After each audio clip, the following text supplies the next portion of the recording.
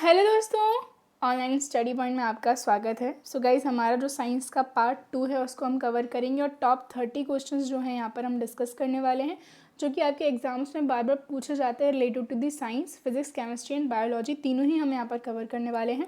So video को पूरा देखिएगा, स्किप मत कीजिएगा। ओके, जल्दी से इसको लाइक कर दीजिए, अपने सभी दोस्तों के साथ इसको शेयर कर दीजिए। एंड अगर आप चैनल पर नए हैं तो चैनल को सब्सक्राइब करना नहीं भूलिएगा, साथ ही साथ बेल आइकन प्रेस करें जिससे सभी वीडियोस की नोटिफिकेशन आपको तुरंत मिल सकें। वीडियो के पीडीएफ्स के लिए static GK, current affair, science, सभी का जो कंटेंट है वो हमारे टेलीग्राम चैनल पर भी अवेलेबल है, जिसकी लिंक डिस्क्रिप्शन में है। आप लिंक से ज्वाइन कर सकते हैं। अगर उससे ज्वाइन नहीं हो पा रहे तो directly online study point search करके आप ज्वाइन हो सकते हैं। ओके गाइस, इसके अलावा railway special E book for RRB, NTPC and group D, जिसमें आपको स्टैटिक जीके, साइंस और करंट अफेयर के 7600 समथिंग क्वेश्चंस मिलेंगे, जो आपके हर एग्जाम में आपको बहुत हेल्प करेंगे, specially RRB, NTPC and group D. सिर्फ 49 रुपीज़ में ही अवेलेबल है, तो डिस्क्रिप्शन में लिंक है, आप उसको भी परचेस कर सकते हैं। सो फर्स्ट क्वेश्चन देखेंगे, टीबिया नामक हड्डी किसमें पाई जाती है। तो गाइस, जो टीबिया नामक हड्डी है वो टांग यानी कि हमारे पैर के पोर्शन में पाई जाती है। बेसिकली दो आपको नाम याद रखने हैं, कौन कौन सा, टीबिया एंड फैबुला। ठीक है, दो होती हैं बेसिकली, देख सकते हैं आप, ये जो है ये है टीबिया और ये जो है क्या है, फैबुला है। इसके अलावा जो टीबिया है वो क्या थोड़ी ज़्यादा मोटी होती है और एज़ कम्पेयर टू फैबुला ये ज़्यादा मोटी और मजबूत मानी जाती है। ठीक है ना, और ये इंटीरियर एवं मिडिल पोर्शन में सिचुएटेड होती है। इसको शिरा बोन भी कहते हैं, ये भी याद रखना है, क्या कहते हैं, शिरा बोन भी इसको कहते हैं। इसका जो ऊपरी सिरा है वो काफ़ी चौड़ा होता है, जैसे कि हम देख सकते हैं, और दोनों तरफ साफ आने वाले उभार होते हैं, जैसे कि इमेज में दिख रहा होगा आपको। ठीक है, इन उभारों को मिडियल और लेटरल कॉन्डाइल यानी कि स्थूलक कहा जाता है, और ये घुटने के जोड़ में उर्वा स्थित के कंडाइल से जुड़ते हैं। इन दोनों के बीच में खुरदरा क्षेत्र होता है जो घुटने का जोड़ बनाने वाले लिगामेंट्स और उपस्थितियों को जुड़ने का स्थान प्रदान करता है। बेसिकली इतना आप याद रखेंगे तो ये सफिशिएंट है। ठीक है, अगला क्वेश्चन हम देखेंगे, मानव शरीर के किस अंग की जो हड्डी है वो सबसे बड़ी होती है। ठीक है, तो इसकी हम बात करें, मतलब जो सबसे लंबी होती है, ठीक है, लेंथ वाइज हम बात कर रहे हैं, तो ये होती है जांघ की, जिसको क्या बोलते हैं, हम फीमर बोलते हैं, है ना। मानव शरीर की सबसे लंबी हड्डी जो है फीमर होती है। जांघ में जो है लंबी, मजबूत तथा त्रिभुजाकार हड्डी है। ठीक है, ये देख सकते हैं आप, फीमर बोन। और हम बात करें ये जो हड्डी हम बात करें, इसकी बात करें हम फीमर की, तो ये त्रिभुजाकार हड्डी नितंबस्थि यानी कि जो हिप बोन होती है एवं अंतार जंगिका यानी कि जो टीबी होती है उसके मध्य में सिचुएटेड होती है। ठीक है, चलिए नेक्स्ट हम देखेंगे, दांतों तथा हड्डियों में पाया जाने वाला तत्व कौन सा है। तो बेसिकली दांतों और हड्डियों में पाए जाने वाले तत्व हैं, दो इंपॉर्टेंट हैं, कैल्शियम एंड फॉस्फोरस। कौन से हैं, कैल्शियम एंड फॉस्फोरस हैं। ठीक है ना, वैसे तो हमारे शरीर में जो है कई सारे खनिज लवण यानी कि मिनरल्स पाए जाते हैं, है ना, जिनमें से फॉस्फोरस और जो कैल्शियम है वो काफ़ी इंपॉर्टेंट है। मानव शरीर में खनिजों में कैल्शियम सबसे अधिक मात्रा में जो है पाया जाता है, और कैल्शियम की बात अगर देखा जाए तो दूसरा नंबर फॉस्फोरस का ही है। ठीक है ना, और इसके अलावा जो हमारे दांत हैं या जो बोन्स हैं उनमें फॉस्फोरस और कैल्शियम जो है एक इम्पॉर्टेंट एलिमेंट है। ठीक है ना, जो कि मिलकर के कैल्शियम के साथ मिलकर के क्या बनाता है, कैल्शियम फॉस्फेट बनाता है। ठीक है, चलिए अगला क्वेश्चन देखेंगे, वृद्धावस्था में मनुष्य की हड्डियां क्यों कमज़ोर हो जाती है। तो अभी हमने देखा कि जो बोन्स हैं उनके लिए नेसेसरी मिनरल कौन सा है, तो ये कैल्शियम है। तो क्या होता है, कैल्शियम की कमी हो जाती है, जिस वजह से क्या होता है, हड्डियां कमज़ोर हो जाती हैं। ठीक है, और वृद्धावस्था में कैल्शियम की कमी से होने वाली जो बीमारी है, जो रोग है, उसको ऑस्टियोपोरोसिस कहते हैं। क्या कहते हैं, ऑस्टियोपोरोसिस कहते हैं, ये भी आपको याद रखना है। ठीक है, इसमें क्या होता है कि अस्थियों में से अधिक मात्रा में कैल्शियम निकलने लगता है, जिस वजह से कैल्शियम की कमी हो जाती है, और क्या होता है फिर हमारी बोन्स जो हैं वो क्या कमज़ोर होकर टूटने लग जाती हैं, कई सारी चीज़ें होती हैं। ठीक है, अस्थियों एवं पेशियों को आपस में क्या जोड़ता है। तो अस्थियों और पेशियों को आपस में जोड़ा जाता है बाय दी टेंडन। किसके द्वारा जोड़ा जाता है, टेंडन के द्वारा जोड़ा जाता है ना। इसके अलावा देखिए, शिराओं यानी कि टेंडन को हिंदी में क्या बोल रहे हैं, शिराएँ बोल रहे हैं, तो उनको प्रचुर मात्रा में सफ़ेद फाइबर पाया जाता है इनमें। ठीक है ना,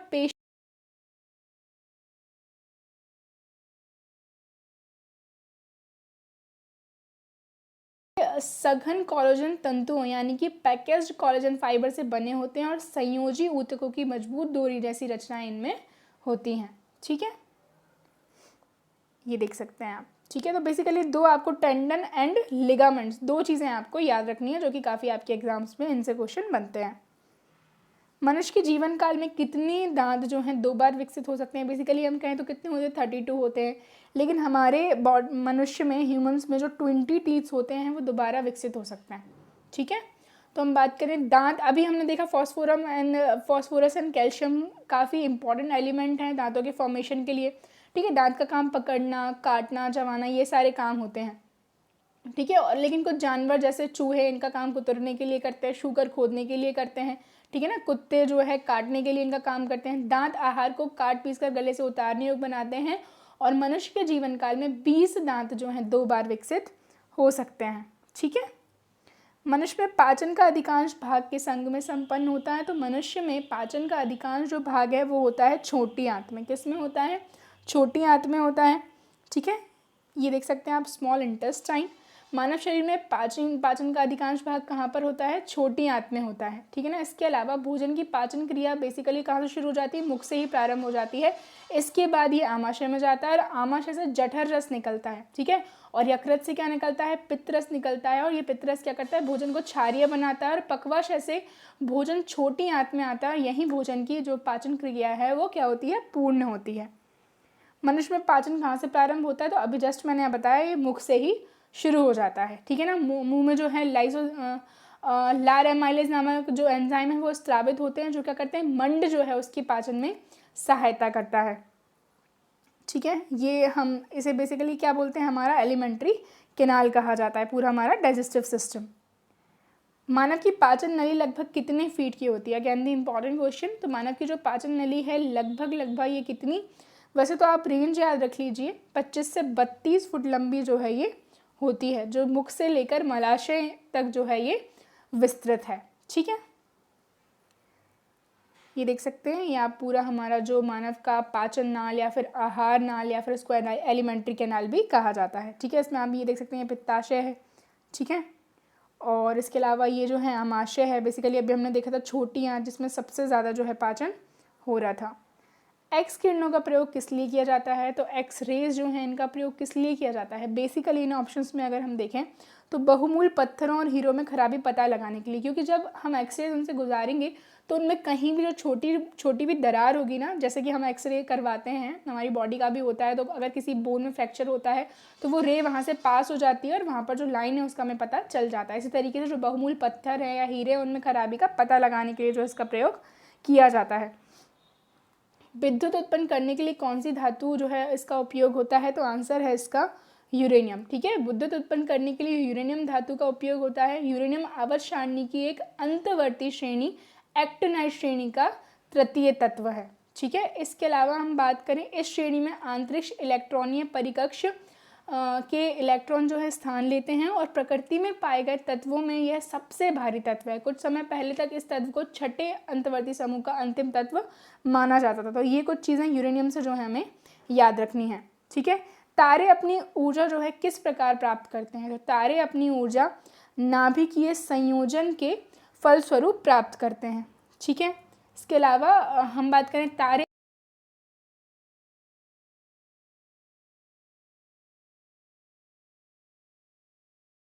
संयोजन की जो है प्रक्रिया प्रारंभ हो जाती है। इसमें मुख्य रूप से हाइड्रोजन गैस निकलती है, जो निरंतर क्रोड में आकर हीलियम में परिवर्तित हो जाती है, ये याद रखना है। और इस प्रक्रिया से मुक्त ऊर्जा के कारण तारों की सतह का तापमान बढ़ जाता है। ठीक है, चलिए आगे देखेंगे हम। एकीकृत परिपथ में प्रयुक्त अर्धचालक जो चिप है वो किससे बनी होती है? तो एकीकृत हम बात करें परिपथ यानी कि इंटीग्रेटेड सर्किट यानी कि आईसी, तो इसकी जो चिप है वो बनी होती है किससे? सिलिकॉन की। ठीक है, कई बार इसको जो है क्या सिलिकॉन चिप भी बोल देते हैं। नेक्स्ट हम देखेंगे, ऑटो हॉर्न ने अणुबम की खोज जो है निम्न में से किस सिद्धांत के आधार पर की थी? तो सही आंसर है इसका यूरेनियम विखंडन। ठीक है, अभी हमने यूरेनियम को डिस्कस किया था थोड़ी देर पहले ही। ठीक है, तो जो परमाणु भौतिकी और परमाणु रसायन विज्ञान में परमाणु विखंडन एक परमाणु प्रतिक्रिया या फिर रेडियोधर्मी क्षय प्रक्रिया है, जिसमें एक परमाणु का नाभिक 2 या अधिक हल्के छोटे नाभिकों में विभाजित हो जाता है। ठीक है, और विखंडन प्रक्रिया अक्सर गामा फोटोन्स का उत्पादन करती है, और रेडियोधर्मी क्षय के ऊर्जावान मानकों द्वारा भी ऊर्जा की एक बहुत बड़ी मात्रा जारी करती है। ठीक है ना, तो इसी सिद्धांत पर आधारित था ऑटो हॉर्न का अणुबम। चलिए, लेज़र एक युक्ति है जिसके द्वारा उत्पन्न किया जाता है। क्या उत्पन्न किया जाता है? तो इसके द्वारा जो है उद्दीति विकिरण उत्पन्न किया जाता है। लेज़र, सबसे पहले लेज़र का फुल फॉर्म याद होनी चाहिए। क्या है? Light amplification by stimulated emission of radiation. ठीक है, जिसके कारण क्या, जिससे क्या होता है, जिसके द्वारा उद्दीपित विकिरण उत्पन्न किया जा सकता है। ठीक है ना। ये बिना किसी प्रकार से अधिक दूरी तय कर सकती है और ये किरणें एक वर्णी तथा स्पष्ट होती हैं, अर्थात इसमें केवल एक तरंग दैर्घ्य होती है। किसी तत्व की परमाणु संख्या क्या होती है? तो परमाणु संख्या जो उनका नाभिक होता है यानी कि न्यूक्लियस होता है, उसमें प्रोटॉन का जो नंबर्स होता है वो क्या होता है? उसकी परमाणु संख्या। इसे प्रदर्शित किया जाता है Z से। और किसी आवेश रहित परमाणु पर इलेक्ट्रॉनों की संख्या भी परमाणु क्रमांक के लगभग बराबर ही होती है। जब आवेश नहीं होगा, उस पर पॉजिटिव या नेगेटिव का साइन नहीं होगा तब। ठीक है, हम देख सकते हैं ये न्यूक्लियस है, न्यूक्लियस के अंदर प्रोटॉन और न्यूट्रॉन होते हैं, जबकि इलेक्ट्रॉन कहाँ? बाहर होता है। परमाणु में प्रोटॉन कहाँ रहते हैं? तो अब भी जस्ट मैंने आपको बताया, परमाणु में प्रोटॉन जो है कहाँ? नाभिक के भीतर यानी कि न्यूक्लियस के अंदर होते हैं। ठीक है। समस्थानिक परमाणु क्या होते हैं? तो समस्थानिक परमाणु जो है उनमें प्रोटॉनों की संख्या समान होती है। ठीक है, समस्थानिक एक ही तत्व के परमाणु जिनकी परमाणु संख्या या फिर प्रोटॉन्स की संख्या तो समान होती है, लेकिन जो भार होता है वो अलग अलग होता है, ये क्या समस्थानिक कहा जाता है। ठीक है, चलिए आगे देखेंगे हम। किसी परमाणु नाभिक का आइसोटोप क्या है? तो आइसोटोप की अगर हम बात करें, प्रोटॉन की संख्या तो सेम होती है, लेकिन न्यूट्रॉन जो है उनकी संख्या जो है भिन्न हो जाती है। प्रोटॉन की संख्या वही होती है परंतु न्यूट्रॉन की संख्या भिन्न हो जाती है, उसे क्या कहते हैं? हम आइसोटोप कहते हैं। ठीक है ना, न्यूट्रॉन की संख्या के भिन्न होने को। चलिए, ऐसे दो तत्व जिनमें इलेक्ट्रॉनों की संख्या भिन्न भिन्न हो परंतु जिसकी द्रव्यमान संख्या समान हो, तो उसको क्या बोलते हैं? समभारिक बोलते हैं। ठीक है ना, भार की बात कर रहे हैं, द्रव्यमान भार, तो क्या समभारिक ही कहेंगे। ठीक है ना।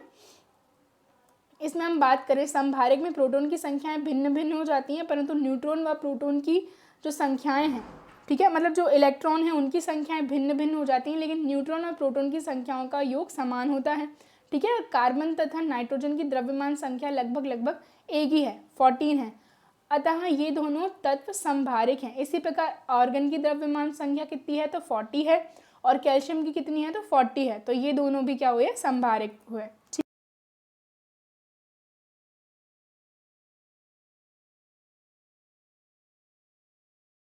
विज्ञानी कौन है ये? जोहान वॉल्फगैंग डोबेर्नियर ने तत्वों को वर्गीकृत करने की शुरुआत की थी। ठीक है, और 1829 में उन्होंने बताया कि वे कुछ तत्वों को 3 के समूह में बना सकते हैं। प्रत्येक समूह के सदस्य में संबंधित जो हैं गुण होंगे। कैसे गुण होंगे? संबंधित गुण होंगे, मतलब एक से होंगे।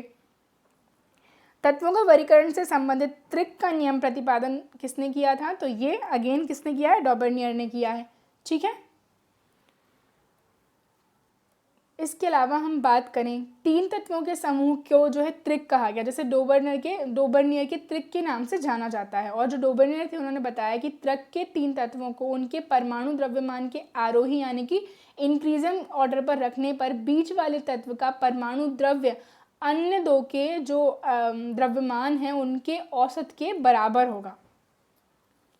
तत्वों के वर्गीकरण से संबंधित अष्टक नियम जो है किसने दिया है? तो अष्टक नियम दिया था न्यूलैंड्स ने। ठीक है, जॉन न्यूलैंड्स जो कि एक अंग्रेज वैज्ञानिक थे, उन्होंने जो क्या दिया था? तो अष्टक नियम दिया था। ठीक है ना, ये आपको बेसिकली याद रखना है। उन्होंने वर्गीकरण में सबसे पहले कम परमाणु द्रव्यमान वाले तत्व यानी कि हाइड्रोजन से उन्होंने शुरू किया था और थोरियम पर उन्होंने समाप्त किया था। और उन्होंने पाया था कि प्रत्येक 8वें तत्व का गुणधर्म पहले तत्व के समान है। ठीक है, उन्होंने इस वर्गीकरण की तुलना संगीत के अष्टक से की थी और इसका नाम लॉ ऑफ ऑक्टेव्स यानी कि अष्टक सिद्धांत रखा। अगला देख लेंगे क्वेश्चन, तत्वों के भौतिकी और रासायनिक गुण उनके परमाणु भारों के आवर्त फलन होते हैं। ये नियम किसने दिया? तो ये नियम दिया था मेंडलीफ ने। किसने दिया था? मेंडलीफ ने दिया था। और तत्वों के वर्गीकरण में मेंडलीफ का काफ़ी योगदान रहा है। मेंडलीफ ने ही तत्वों को उनके गुणधर्म के आधार पर प्रथम बार सफलतापूर्वक वर्गीकृत किया था। ठीक है,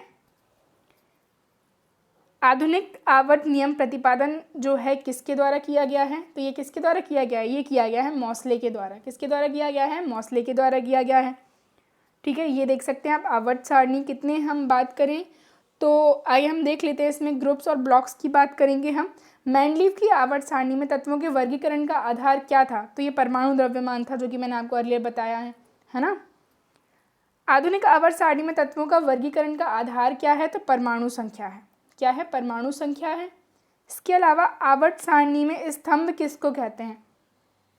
तो आवर्त सारणी में जो उदग्र स्तंभ है उनको क्या कहा जाता है? वर्ग कहा जाता है। ठीक है, आवर्त सारणी के उदग्र स्तंभ जो हैं वो क्या कहलाते हैं? वर्ग कहलाते हैं। और आवर्त सारणी की जो क्षैतिज कतारें हैं वो आवर्त कहलाती हैं। ठीक है, किसी एक वर्ग के सभी तत्वों के परमाणुओं के सबसे बाहरी कक्षा में इलेक्ट्रॉनों की संख्या जो है क्या होती है?